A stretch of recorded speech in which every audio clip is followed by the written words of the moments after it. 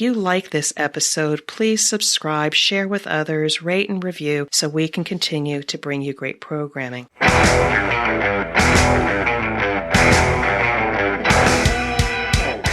is The Thing About Cars, a podcast for car enthusiasts and the people who love them.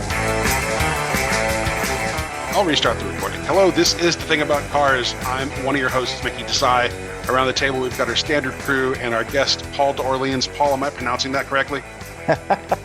There's so many versions of my name. I almost forget how to pronounce it myself. But it's d'Orleans. Thank you, d'Orleans. Thank you. I will try to get that inflection correct. In the meantime, Tim, how are you? Excellent, sir. Fantastic. Misty? Amazingly positive, as per Wolfgang Amadeus Mozart. Ben? I'm pretty all right. How about you? I'm doing great. And Dave, Paulie, how are you, sir? You know, for being part of what you've referred to as the standard crew, I'm feeling totally automatic. Automatic. Do Aha. you at least have Tiptronic? I do. That's an awfully personal question at 10 o'clock in the morning.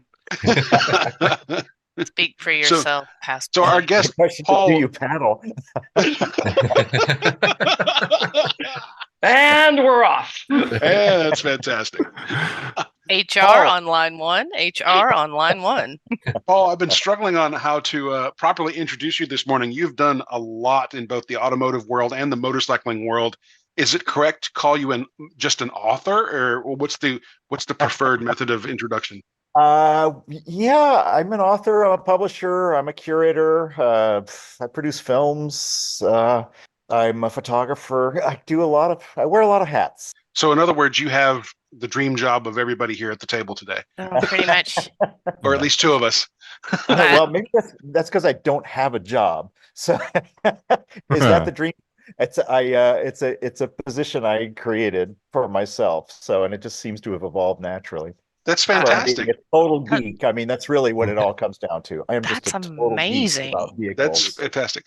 Well, Paul, we're gonna start our episode with a moment of trivia, Grand Trivia Auto.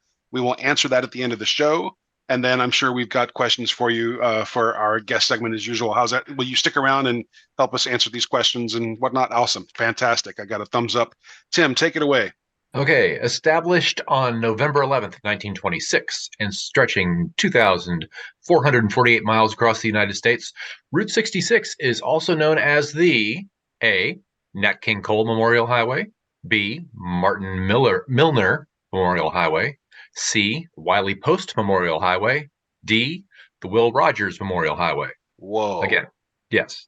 So Route 66, stretching across the country, or at least most of it, our possible answers are, it's also known as the Nat King Cole Memorial Highway, Martin Milner Memorial Highway, Wiley Post Memorial Highway, and the Will Rogers Memorial Highway. So we'll get back to that at the end of the show. Yes, that strikes me as kind of odd. I never knew that it had a Memorial Highway name, but so very cool. So yeah, you have to pay Paul, extra for that. Yeah. yeah, extra toll road, right? Paul, you've been doing this. I've been reading up on you a little bit. There was a point in your life when you used to call yourself a car guy, and now you call yourself a motorcycle guy. Is that a fair statement? That's the primary focus of my work, yes. But I've always been interested in cars as well. But at a certain point, let's say about 2000, I made a shift from collecting cars and motorcycles to primarily collecting motorcycles. What prompted that shift? Space. Space and time, the two great constants of the universe, right? Right. Yeah, I think everybody can relate to that. It was probably the 1961 flat floor Jag E-Type convertible that I had that just sucked so much of my time that I just realized. And I had, I think, 5 other cars at the time. I had a Lotus Cortina and an MG Magnet and, a Jensen Healy and a Saab convertible. And, it was just, I just realized I literally did not have enough time in my life to keep these things running as they should. And at the time, I didn't have enough money either. So you got to have one or the other, right? Yeah. Sure. Absolutely. When it comes to bikes, do you have a predilection for a brand or an age or an era of bikes to play with? Yeah, you know what? I'm chairman of the Veloset Owners Club of North America, and I've very long been into Veloset. So it's a very small company established in 1905, died in 1971. Always family owned, always basically handmade. Most famous for their overhead camshaft racing bikes from, let's say, about 1927 to 49. They won the first Grand Prix World Championship in 49 and lots and lots of races. And I happen to own three of their production racers between 1930 and 4950 and several of their roadsters. So just really fun bikes to ride. Beautiful quality, beautiful engineering, fast, handle well, kind of, and super durable. Actually, they were the first motorcycle ever to do 100 miles an hour for 24 hours. And they're just a 500cc single. So before BMW, before other brands, Honda, repeated that back in 1961. The actually one of the board members from the factory was part of a team at Montlhéry Speed Bowl in south of Paris, which was pretty incredible. It's a great story. Yeah, no, tons of stories. I have too many questions, but I want to open up to the gang as well. I know that they have things they may want to ask you. Please interrupt me, you guys. I'll go first, actually. Paul, thanks for being here. I'm looking at the Vintagent website and running through it. I'm going down major rabbit holes. I may not participate in the rest of the show. It is a rabbit hole. It is. Yeah. I'm curious about the intersection of motorcycles, art design, and culture, and because it's a really unique aspect on. I mean, I think it gives a really interesting perspective on your life view, and I don't totally. I'm mesmerized. Well, so full disclosure, I was an art major, among other things, at university, and come from a family with a lot of artists. And my mother was a fashion designer. I had a grandmother who was an editor at Vogue, and a grandfather who was a working commercial artist, did a lot of illustrations for magazines. So and I grew up with a lot of just kind of that milieu, a lot of interest in design and culture. I spent my youth seeing theater. My parents were producers at the Oregon Shakespeare Festival, and so that's kind of my bent. And I was a film buff from very early on. I grew up, my parents dragging me to Tarkovsky films, and when I was really, really young. So that's part of the film component of the Vintagent. I helped to establish a motorcycle film festival in New York in 2013, 14, 15. And when that festival fell apart through some issues with other partners, I decided to just integrate all that film content into my website. So at this point, we have the largest database or collection of motorcycle related films anywhere. Hundreds and hundreds of them. And when you say films, that includes documentaries and not just works of fiction. Everything. Yeah. I mean, anything that's of interest. I mean, we stretched a little bit. My film curator is Corinna Mantlo, who lives in New York, and she's also a Wall of Death writer. Nice. and we have conversations about how far can we push the boundaries? And I said, there really are no boundaries. We do what we want here. So a couple of weeks ago, we did a film about what do they call it? Chudoku. It's like these Ghanaian, basically oversized scooters made of logs with wooden wheels. That is how they transport literally everything in a country absent easy access to, motorized trucks. So, and they don't have an engine, but still, I thought it was a fascinating enough subject to present as a film. So, and I also produce films.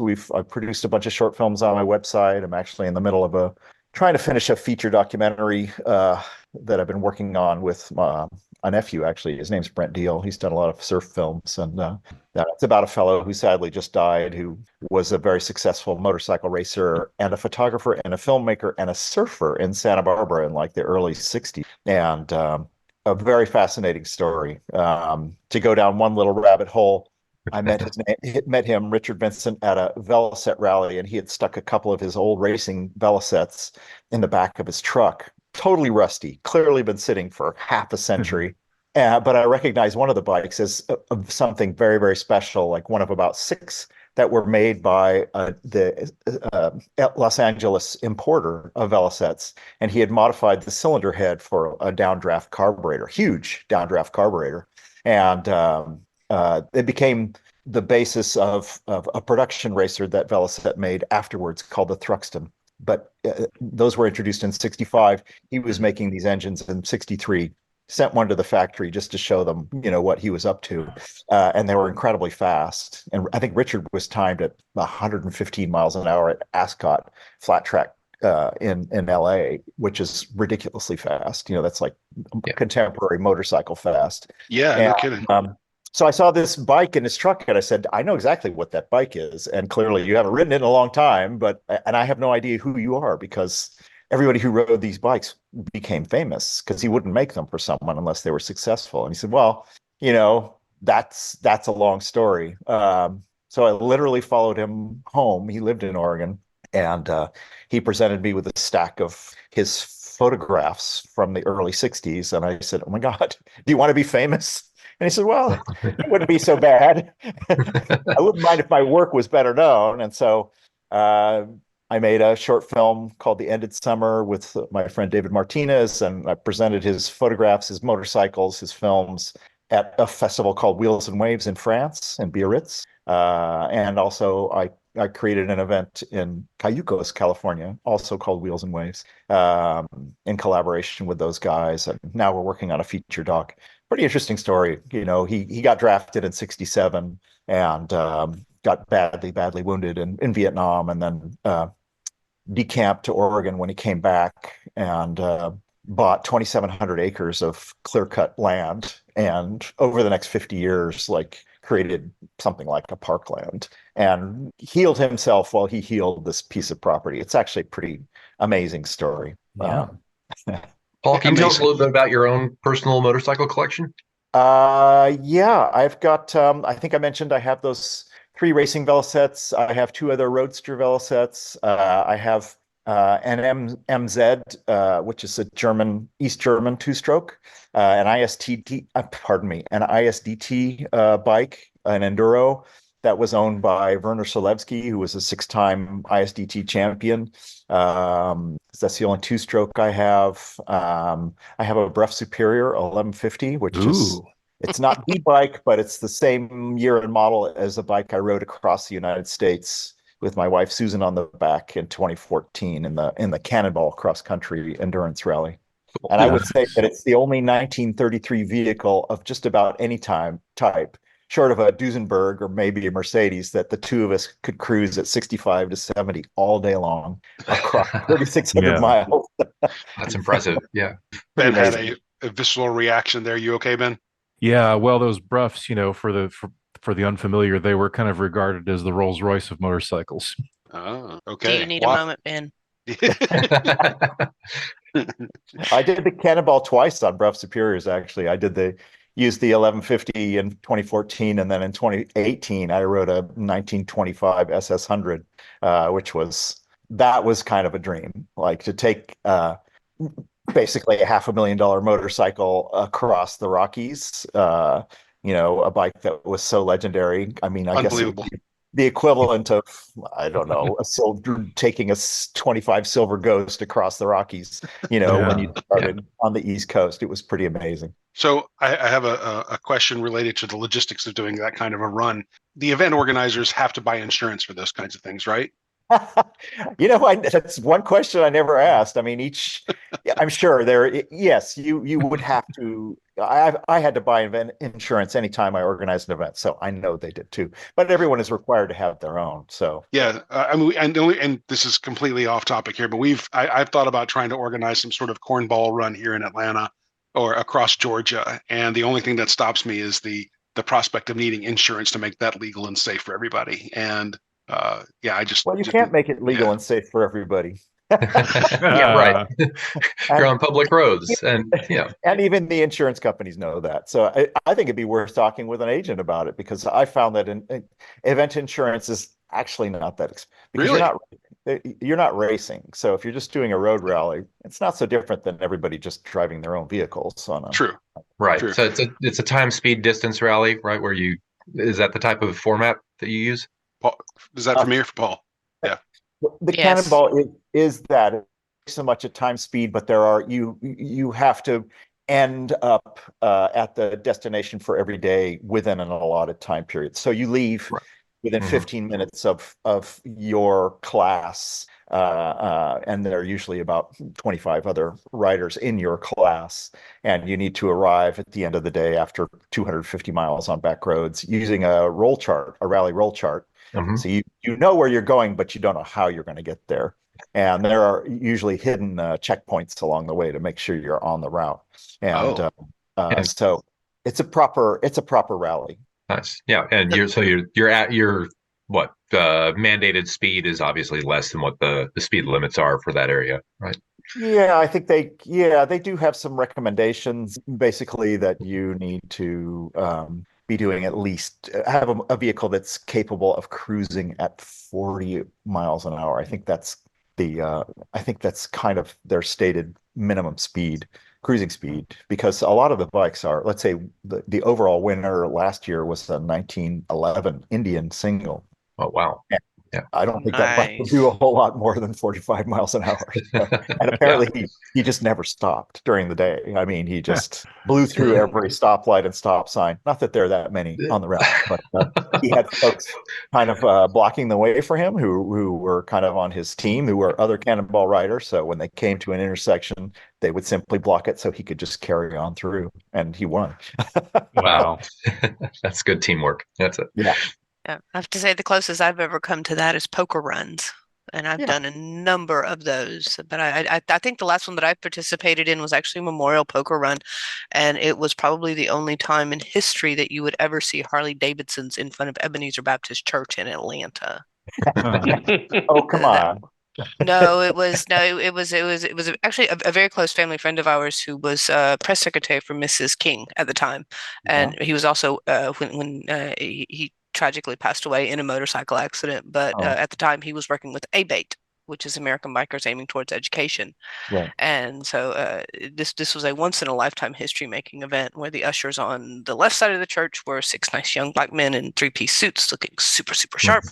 And the ushers on the right side of the church were bikers in jeans and leather. And there was a row of Harley Davidsons in front of that church as Mrs. King delivered the eulogy, which I thought was an amazing, amalgamation of, what you see as quote unquote biker culture, and as well as the civil rights movement. So it's it's been an interesting journey because I started riding street bikes when I was 6, Right.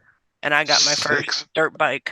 I got my first dirt bike when I was 8. Paul, That what- as, Yeah. as in my own personal dirt bike. So Amazing. motorcycles for me are, also a way of life. And, my son, he'll be 24. Oh my God, excuse me, I need to go lay down at the end of this month. And he's like, I don't want a car, I just want a motorcycle. I'm like, okay, well, pull like Right 6 on. baffles from your tailpipe and so that people can hear you. And then your mom won't panic too much because mom's okay with that.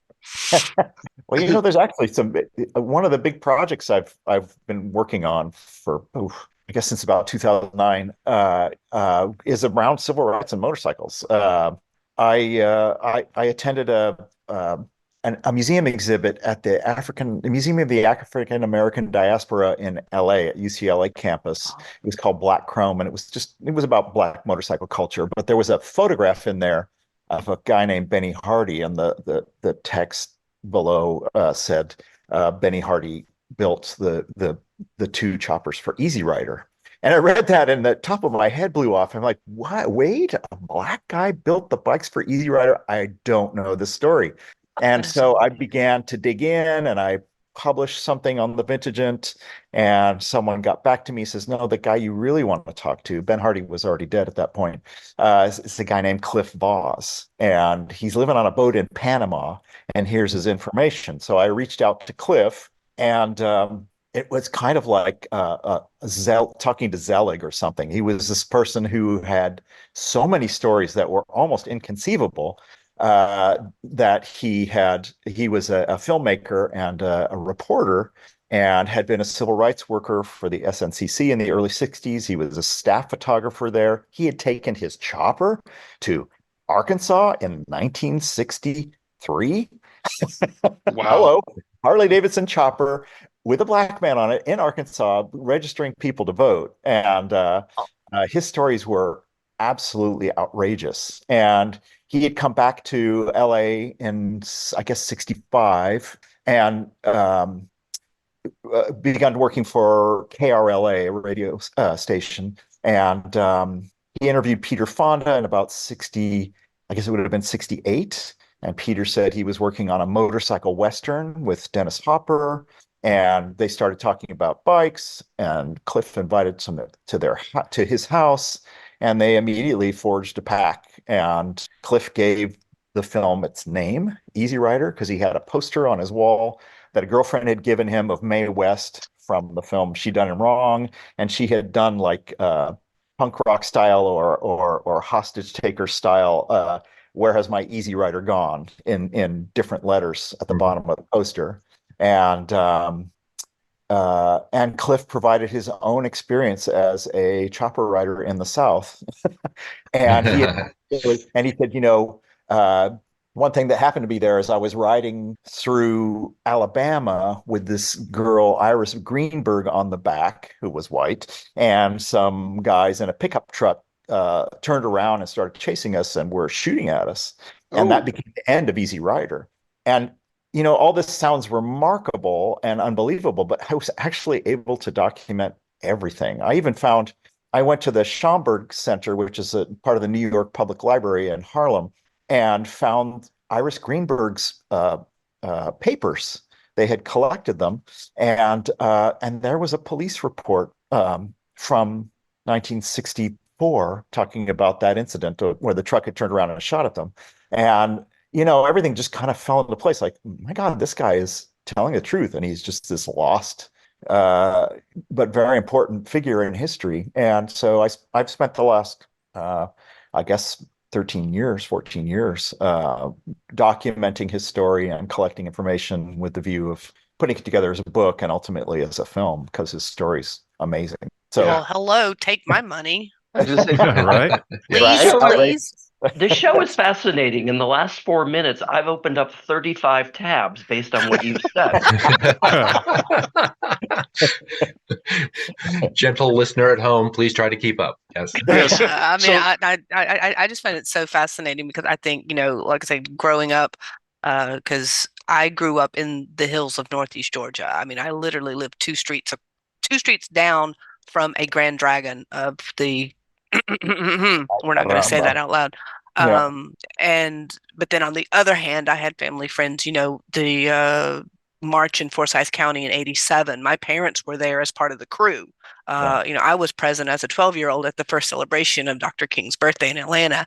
And I think,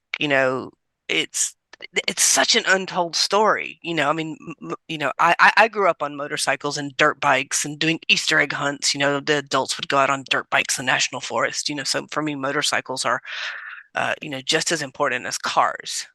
Always a way of life. But there's such an untold story in the American, story and history about motorcycles. And I just want to hear this guy's stories. It's an amazing story. Yeah. I wrote a book called The Chopper, The Real Story, and I integrated Cliff's story into that. But and I was not particularly interested in choppers, and I was asked by Gestalt in Germany to write this book, and I was really curious from a design and culture viewpoint, like, where did this come from? This like wild, extravagant, style. Motorcycle style. What were the roots? So that was a fascinating journey, and I found that there were so many influences and cultural crossovers and to, let's say, Latino culture and lowriders and decorating cars there, and Then you had people like Von Dutch, like even in like 45, 46, starting to pinstripe and decorate bikes with flames that people hadn't done. And, and then there were the black drag racers. They were really into street racing for money. And that had a particular style of bike. And actually the Billy bike in Captain America, the orange bike, is dead on like a Black Motorcycle Club street racer bike. And the Captain America bike is like a classic extravagant, like mid-60s chopper. And Wow. Yeah.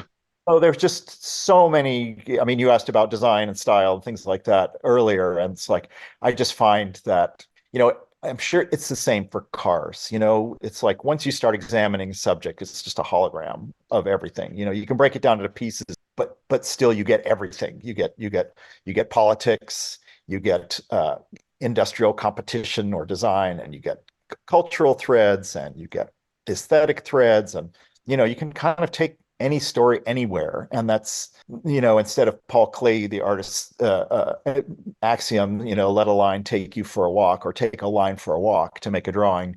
It's like, well, let a motorcycle take you for a walk. You can find a story about anything from any vehicle. It's just how you look at it. And that's always been the guiding principle of the vintage. Yeah, I mean, I'm looking for the chopper here on Amazon. It's not available on Amazon, but sold out. Now they're getting expensive. Terribly expensive, or and congratulations, by the way. But do you know how expensive the title is now? Well, I guess it depends. It's whatever everybody's asking. Like the lowest price I'm seeing on eBay of all places is $245. Wow. Yeah, I've seen them for as much as $1,000. Occasionally, people send me a little note saying, "Oh my gosh." Yeah, this is crazy. Now, of course, I want a copy. So, so we've got 10 minutes left in our episode here. Paul, what is your daily driver? Is it a car? Is it a bike? And which one of those is it? Depends on where I am. So I live half the year in Mexico. I have a house, and that's where I am now. Down in Los Cabos, I'm in a little village called Las Animas near San Jose del Cabo. And I've got a 1970 Triumph TR6 trophy outside. And I also have a Subaru to get around on the dirt roads around here. Both are great on dirt roads. And I live the rest of the time in San Francisco, and I've got a 06 Land Rover. That's my daily, and my daily motorcycle there is a 65 Triumph Bonneville. Nice. Okay. Long answer. I thought Ben is controlling himself, I think. Oh, those You are all right over very there, cool. Ben? Yeah. Oh, yeah. I'm fine. Very You need cool. a hose down or anything? Any other questions for Paul before I get into our wrapping topics here? Go for it. So, Paul, we always ask our guests 4 questions to close out the guest segment. The first one is, what is your dream car, or dream bike in this case? If money were no object, and if you had the room and the space and the time, what would it be? Gosh, I think on 2 wheels, it'd probably be like a factory Moto Guzzi racer. They made these, and Giuliano Carcano was their designer, and he designed everything from single cylinder V-twin, inline 3, inline 4, and V8 Grand Prix motorcycles. Any one of those I would be happy with because they're masterpieces. On 4 wheels, I'm a little less, well, I don't know, I'm fairly ambitious. Every 2 years, there's the Vintage Revival Montlhéry event at the world's oldest, still active autodrome. And it's only 40 minutes south of Paris. And I've gone to that event for pre-1940 cars, every one of its iterations. And I guess that's about 6 now. And in about 2010, I guess, a gorgeous woman named Alexandra Duboucheron gave me a ride in her grandfather's 1928 Bugatti T35. And always loved Grand Prix Bugattis. And that was like, what a moment. Actually, the whole time I had a camera in my hand and I was filming her in the rearview mirror driving the car. It was a very romantic moment. Sadly, nothing came of it, but That's unfortunate. I didn't know they'd say nothing came of it. Did you hear that noise that just came out of Ben?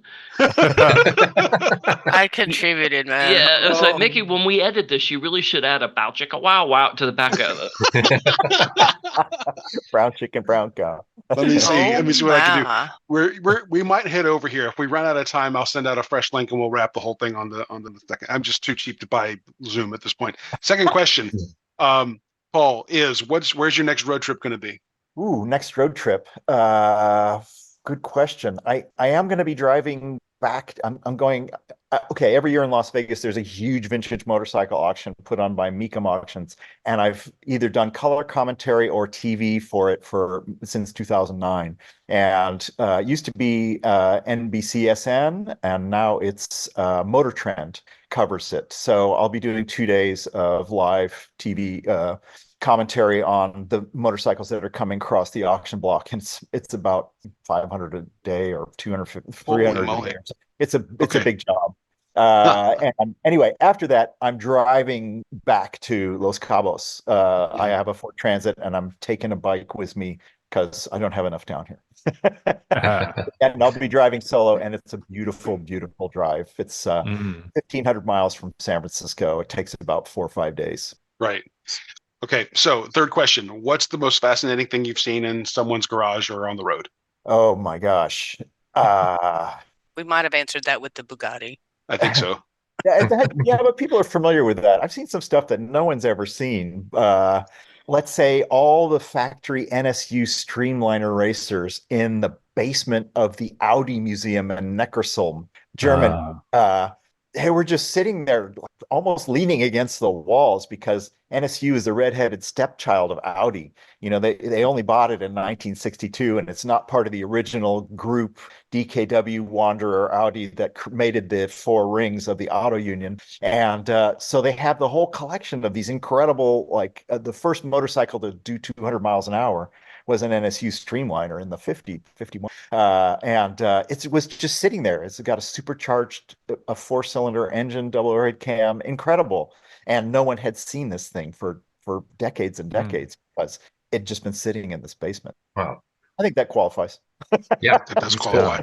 Even better, there was one Grand Prix racer, another 4-cylinder racer from the early 50s, and the engine was not sitting in the chassis. And I was like, where's the engine? And they said, oh, it's in a box. It's in a blue box. Go look around. And so I'm like scurrying around inside the basement of this like cavernous museum, and I found the blue box, and it still said 1951 TT on it. And we opened it up, and there was this completely intact, perfect 4-cylinder racing engine.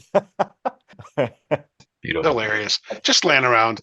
The fourth question we always ask our guests is something silly and random. Today, I think I want to ask you, you're hosting a dinner party and can invite one famous person, living or dead, to dinner. Who would you invite? Oh, that's really difficult. I was just in Italy in the spring. A friend of mine, Gaetano Vitarelli, who has a nice collection of 1970s Italian bikes, invited me with his daughter Claudia and a couple of friends to ride motorcycles for 9 days down the length of Italy from his home in Turin. And while I was there, Turin was the home of the Italian architect Carlo Molino.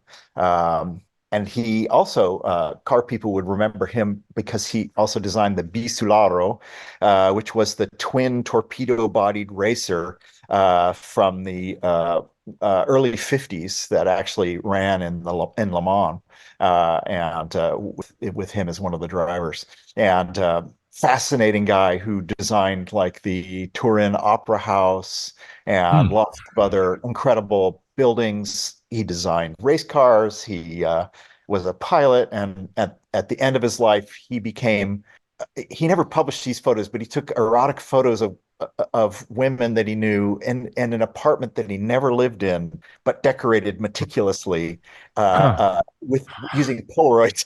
I know, it's crazy. He's such a nutcase. This guy, I would love to sit and bend his ear or have him bend my ear at dinner. I love a show when nutcase is used, not in reference to me. We'll have to mark that on the calendar then, won't we, Dave? We will. Red letter day, man. Red letter day. Paul, clearly we could talk forever and ever. I'm sure there's no shortage of things we could get into, but I wanted to thank you for being our guest today. Thank you for joining us on The Thing About Cars. Oh, my pleasure. It's fun. Yeah. For sure. And I personally would love for you to come back, not just, but if you can ever get this documentary, you know, finished, Yeah, sure. If you definitely if love to have you back. if we can help you with the research, anything, just drop me a line. Yeah, Thanks and so if much. you and Yeah. I still have contacts within the kind Ah, of The within that kangaroo. world. Yeah. ah. Um, Well, Cliff said something to me that was really interesting. He said, I had Martin's back at Selma. He said, he would literally, and so when I was at the Schomburg Center, I found a photograph, and he literally had Martin's back at Selma. He was standing right behind Dr. King on the March on Selma, Hmm. kind of almost as security. You can see he's Yeah. not looking dead on at the camera. He's looking around, for snipers or whatever. Anyway, so there may be something you can help with. I'll keep that in mind. yeah, Very because cool. Cool. I still have contact with my friend's widow. We're birthday twins. And at the time of his passing, he was director of media services for the King Center, as well as Mrs. King's press secretary. Wow. And I, So let's see if we can reach out. yeah, and I also still am still in contact with his assistant at the time, who now teaches. I don't know what she teaches, but she's amazing. Huh. And It'd be she's worth really it'd be worth pursuing. I will tell you, he was not he was very radical. And I don't just mean politically. He was also, we're talking 63. He was basically a hippie before hippies. He would wear a vest, sometimes no shirt, sometimes he'd go barefoot. 63, Alabama, civil rights movement. Everybody else is Yeah. wearing a suit and a skinny tie. And here's this kind of guy growing out his afro, and he was a portent of things to come. And actually, there's an interview with Tom Hayden's wife, former Senator Tom Hayden's wife. I'm forgetting her first name. Forgive me. And she said, "Yeah, Cliff was a hippie before hippies, and the movement people kind of shunned him because they thought he was making himself a target by his conspicuousness, but he was just being who he was. I mean, he was that guy, a proper Yeah. California radical." Well, Anyway, That is time. Yeah. I have great respect because okay, here I go once again announcing my age for all of the world to hear. And as a Southern woman, excuse me, I need to have vapors. As a 50-year-old woman, 468. I'm a time lord. Uh, Sorry, different podcast. I am 50, but I think I grew up in the very remote Northeast Georgia mountains. There's a reason that my first husband and the father of my son is a European. My family So tree needed to not be a wreath. What she's trying to say, Paul, is that there were banjos for breakfast every morning. And you laugh now, but honestly, I was actually born in the county that Deliverance was filmed I in. know, but So, but I mean, it's banjos for breakfast, man. Come on. But my we do my have mother was trivia to kind hit, of a Betsy. Yeah. trivia schmivia. So my mother was also a hippie, and I was 3, so in the late 70s, here I was in Northeast Georgia rocking bell bottoms as a 3-year-old. right. But then, of course, the next day it was my hee-haw overalls because that's just kind of how I roll. You wore So what you wore. yeah, I still do. I still do, but I'll never forget, I'll just, I mean, I 100% have my Iron Ass badge from long, long rides, on bikes. And I think it's nothing like it. Absolutely Yeah, nothing like it. agreed. All right. oh yeah. All right.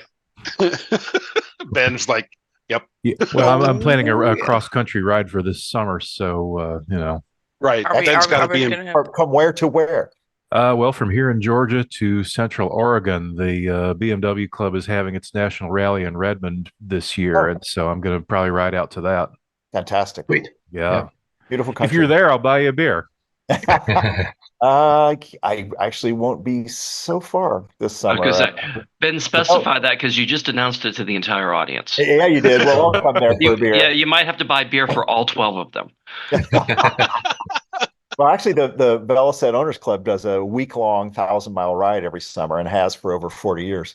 And we'll be doing a loop from what is it, Lewiston, Idaho, out through across Hell's Canyon, then all the way up to Lola Pass in Montana, and then back down through, the Sawtooths to, Haley, et cetera, and back across. So we won't be so far. Awesome. So let's answer our trivia question, shall we? Okay. All right. So let's take the question from the top to remind everybody. Established on November 11th, 1926, and stretching 2,448 miles across the United States, Route 66 is also known as the A, the Nat King Cole Memorial Highway, B, the Martin Milner Memorial Highway, C, the Wiley Post Memorial Highway, or D, the Will Rogers Memorial Highway. And Misty, what's your... I have no idea, so I'm saying Will Rogers. Okay. Dave? I have no idea either. I'm going to say Wiley Post. Okay. Ben? I'm kind of tossed up between Wiley and Will. They both kind of talk to me for one reason or another. I guess let's go with Will because nobody I think is really... All right. Misty took Will. She did. That's right. Sorry, Misty. Yeah. All right. I can share, My mother raised me right. Okay. She Mickey, what's your guess? did. I have no logic here. I'm going to guess Nat King Cole. Okay. And Paul? I'm going with the Wiley Coyote Memorial Highway. Nice. Okay. The answer is it is the Will Rogers Memorial Highway. Yes. Nat King Cole, of course, wrote the song Get Your Kicks on Route 66. Yeah. And for those of you who guessed the Wiley Post Memorial Highway, Will Rogers died in a plane crash, and Wiley Post was the pilot. Oh. Yeah.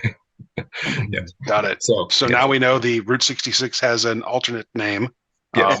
And just to round out the Wiley Coyote reference, I lived my life as a salute and performance art to Wiley Coyote. Should I paint a big tunnel opening on the wall somewhere for you, Dave? Do you drive an Acme? I do. Yes. This episode is sponsored by Acme Incorporated. Yes.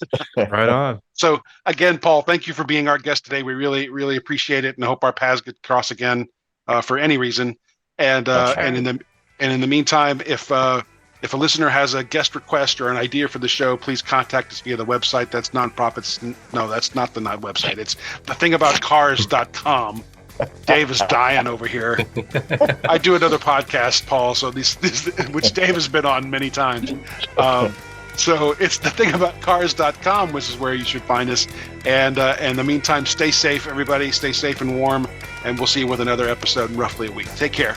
Great chat. Ciao. Bye, y'all. Thank you for listening. This has been The Thing About Cars. We'll see you on the road.